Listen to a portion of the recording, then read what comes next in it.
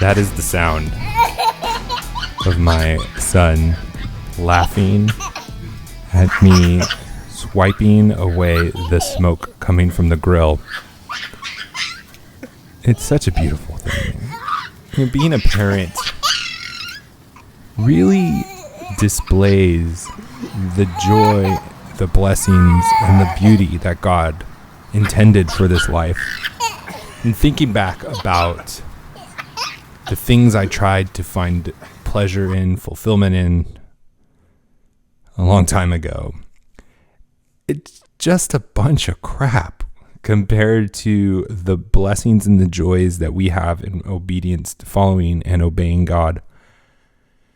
His law is truly beautiful and sweet, and I love following him more and more every day because there's things like this, like my son will just laugh.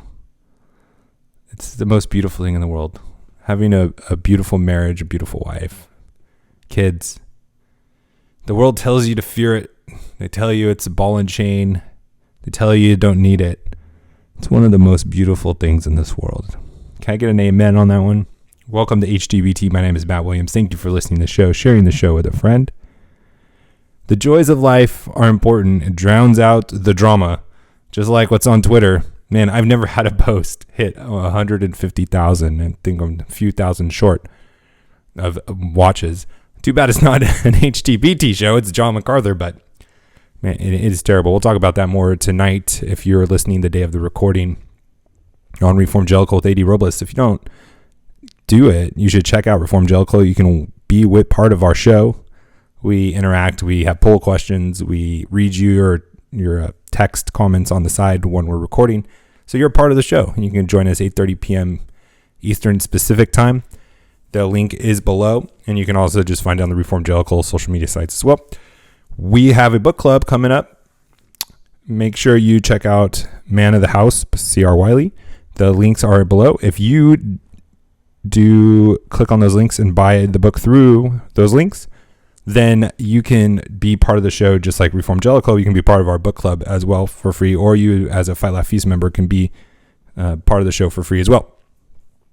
Because we are part of the Fight Laugh Feast network. If you haven't become a member, go over to fightlaughfeast.com, put in HTBT in the memo field. You'll get tons of great content.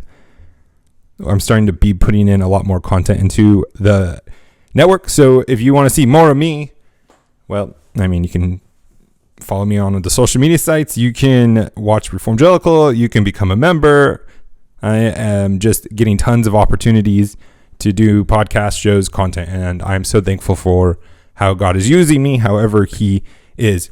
So some good news. Trump said that the U.S. is close to a phase one deal. Man, if Trump can sign this deal before the election, the economy is going to benefit definitely, but the stock market is going to go bananas. And our 401ks, our pensions, if we're into unions or if we are, part of the federal government, I think those are the only two places that have pensions anymore. They're going to go bananas. And I think that is a really great indicator that Trump's going to get reelected, in my opinion. I mean, you never know, but having that trade deal signed is going to be a really good sign for the economy, because this economy is doing decent. It would be doing so much better if we didn't have these tariffs going with China. It's a readjustment. Like I've argued before, it's important. We need to do it. But just because you need to do it doesn't mean there's not constant negative consequences. Just like a real war, this is a financial war, this is a trade war, and there are negative consequences, but the overall objective is good. And I love this about Trump, is he always wants a how to win. I don't know why in the United States we've gotten in this really bad habit of getting into battles not knowing the exit strategy of what it looks like to have victory, and he always wants that. And so I can trust somebody to go into battle who knows what victory looks like. It's really hard to go into battle and having no idea what victory is. So he's doing that with President Xi in China, and I'm really looking forward to it. There's some big news, and I mean, it's not big news yet, but it's in the workings to be big news. In Connecticut, the Supreme Court of Connecticut, not the Supreme Court of the United States, decided not to hear a case where the Sandy Hook families were suing Remington for the school shooting that happened in Sandy Hook. Yeah, I said that in 2012. And what they're saying is Remington had some advertisement that encouraged the boy to go get the gun from his grandma and then go shoot the school and have this mass shooting. Terrible, sad tragedy. But if this goes through, and it's in effect right now, they got to appeal it. It's going to go back to the lower courts from what I understand.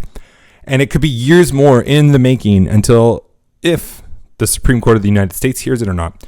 And let me tell you what is scary about this. One, it's going to drive up cost because this is going to be a case study.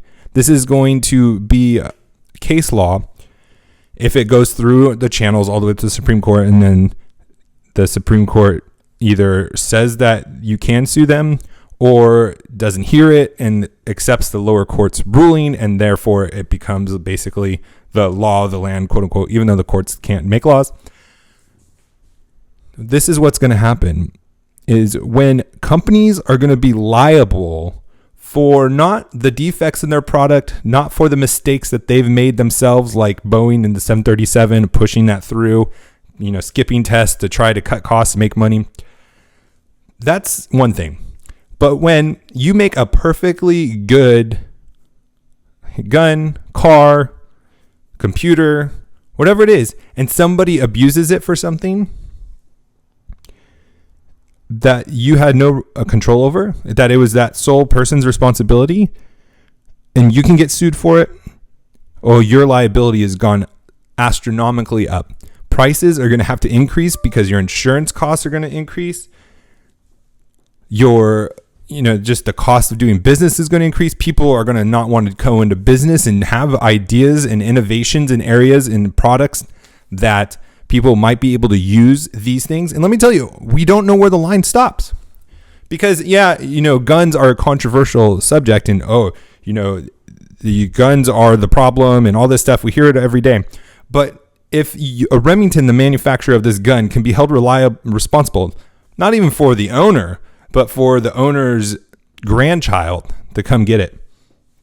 Well, what about computers? Can Apple be sued for people that put child pornography or do human trafficking or who plot terrorist attacks? Can Apple be charged with murder, or can they be sued like what they're doing with Remington if they use these products? Be like, Apple didn't have anything to do with it. They were just using it. The same thing with Remington. And what do you think that's going to do for business? It's going to destroy it, and it's going to hurt our economy in major ways. Mark my words. Because just like we said, it's not just guns, computer industry, cars. We see terrorist attacks with cars. We see mass casualties happen from cars, from terrorists using those. Can Chevy get sued for that?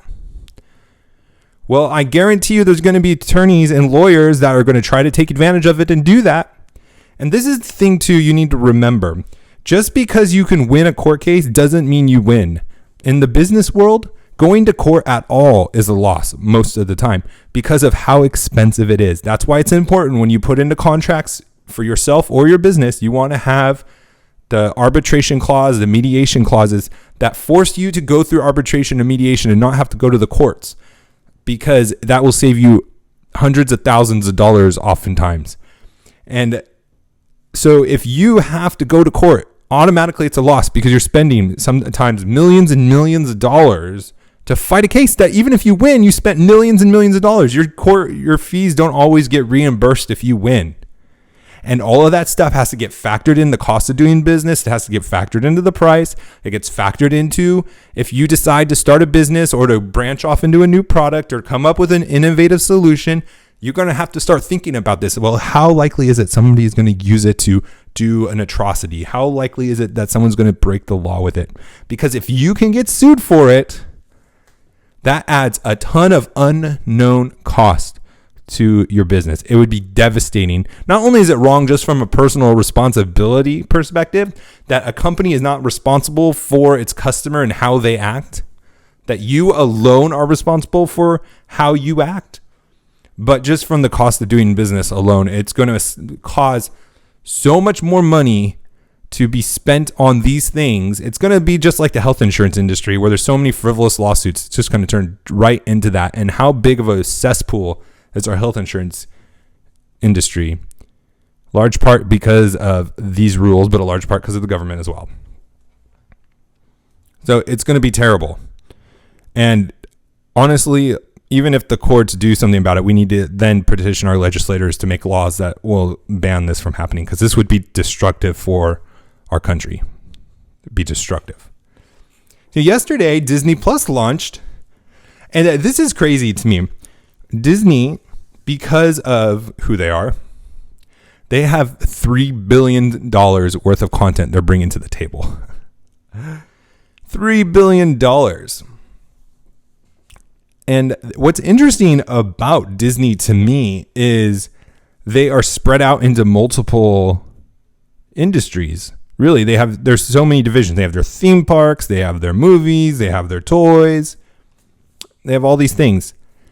And it's going to be interesting to see how they group these in. We are seeing kind of Apple and how Apple groups this in. They will, if you buy a product, you get their Apple streaming service for a year. Don't be surprised if Disney doesn't try to do something similar to that. You buy their toys, you get a free month. You buy an annual pass to their parks, you get Disney Plus for free. All of these different ways to start incentivizing and drawing revenue. That's what I was trying. Driving revenue. I guess that works too. Now, here's the interesting thing. I was looking at this poll. I think it was Market Watch. It was on Twitter. So it's not a scientific poll. It's not accurate at all. But it felt right to me. And they broke it down. The question was, how many streaming services will you pay for? And it was 0, 1 to 2, 3 to 4, 5 to 6. Because there's getting to be 5 or 6 different streaming services. You Hulu, you have the networks, Disney Plus, Netflix. Yeah, right? Hulu, Netflix, Disney Plus, and then HBO Go, Showtime on the run or whatever it is. I don't know. All those different things. So how many would you pay for? It gets expensive. And the large percentage of people I saw was 1 to 2. That was the votes. I think it was like 75% when I looked. Again, non-scientific. But it felt right to me. That felt about what I would expect.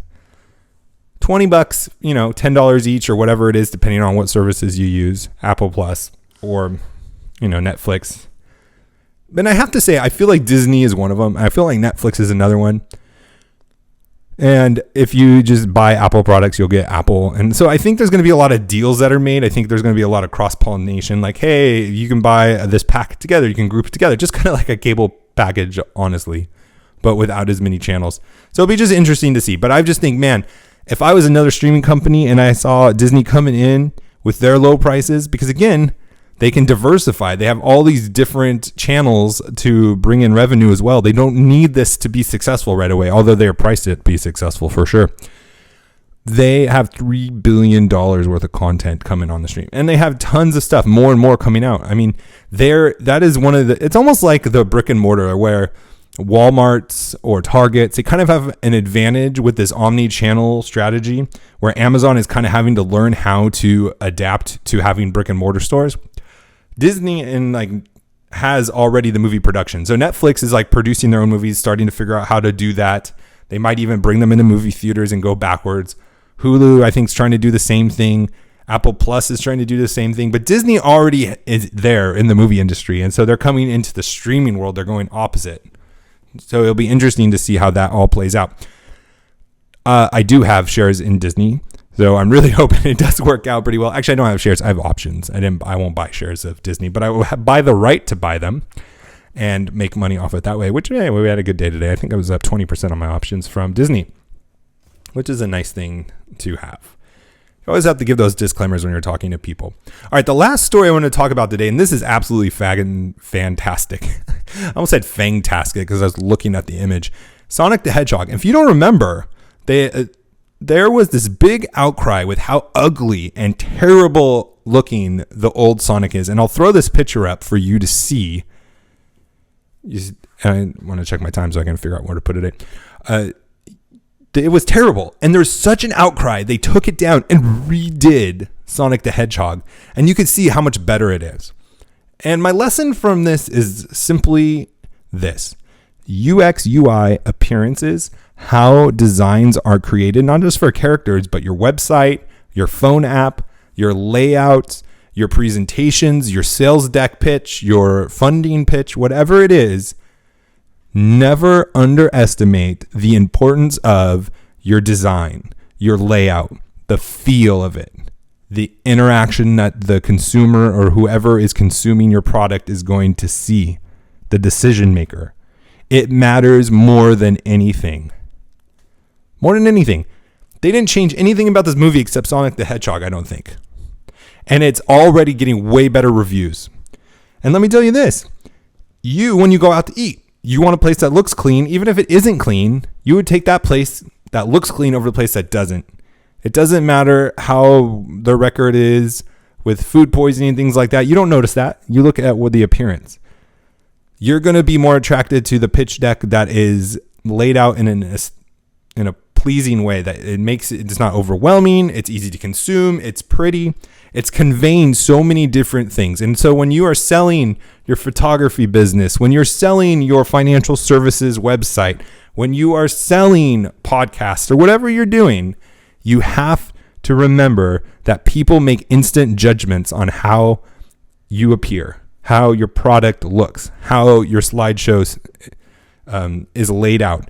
And then that was one of the biggest things that we did in business school, is we had to get really good at creating decks, which is just PowerPoint.